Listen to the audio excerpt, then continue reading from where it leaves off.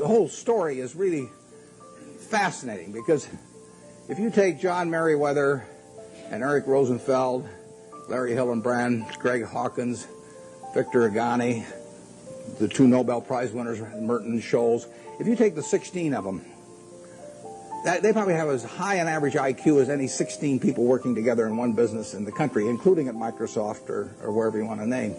So there's an incredible amount of intellect in that room.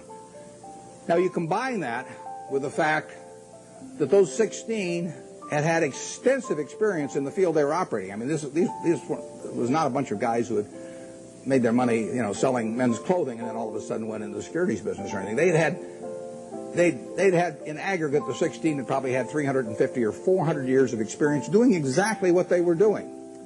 And then you throw in the third factor, that most of them had virtually all of their very substantial net worths in the business. So they had their own money up, hundreds and hundreds of millions of dollars of their own money up, super high intellect, working in a field they knew, and essentially they went broke.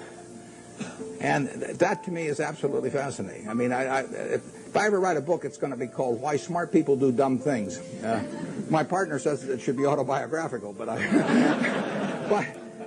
this might be an interesting illustration. And these are perfectly decent guys. I respect them, and they helped me out when I had problems with Solomon, and so they're not bad people at all. But to make money they didn't have and didn't need, they risked what they did have and did need. And that's foolish. That is just plain foolish. It doesn't make any difference what your IQ is. If you risk something that is important to you for something that is unimportant to you, it just does not make any sense. I don't care whether the odds are 100 to 1 that you succeed or 1,000 to 1 that you succeed. If you hand me a gun with 1,000 chambers, 1,000,000 chambers in it, and there's a bullet in one chamber, and you said, put it up your temple, how much do you want to be paid to pull it once? So I'm not interested in that kind of a game. And yet people do it financially and without thinking about it very much. There was a great book. It wasn't a great book. It was a great title. There was a lousy book written once with a great title by Walter Gutman. The title was You Only Have to Get Rich Once. Now, that seems pretty fundamental, doesn't it? What difference if you've got $100 million at the start of the year, and you're going to make 10% if you're unleveraged and 20% if you're leveraged 99 times out of 100? What difference does it make at the end of the year whether you've got 110 million or 120 million? Makes no difference at all. I mean, if you die at the end of the year, the guy that writes up the story may make a typo, and he may say 110 even if he had 120. So you've got nothing at all. It makes absolutely no difference. It makes no difference to your family. It makes no difference to anything.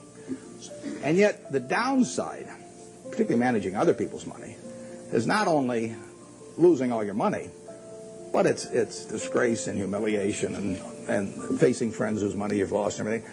I just can't imagine an equation that makes sense for. And yet 16 guys with very high IQs who are very decent people entered into that game.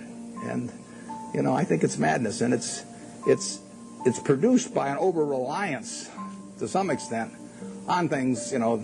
Those guys would tell me back when I was at Solomon, that a 6 Sigma event wouldn't touch us, or a 7 Sigma event, but they were wrong. I mean, their history does not tell you the probabilities of future financial things happening, and they had a great reliance on mathematics, and they felt that the beta of the stock told you something about the risk of the stock. It doesn't tell you a damn thing about the risk of the stock, in my view. And Sigmas do not tell you about the risk of going broke, in my view, and maybe in their view now too.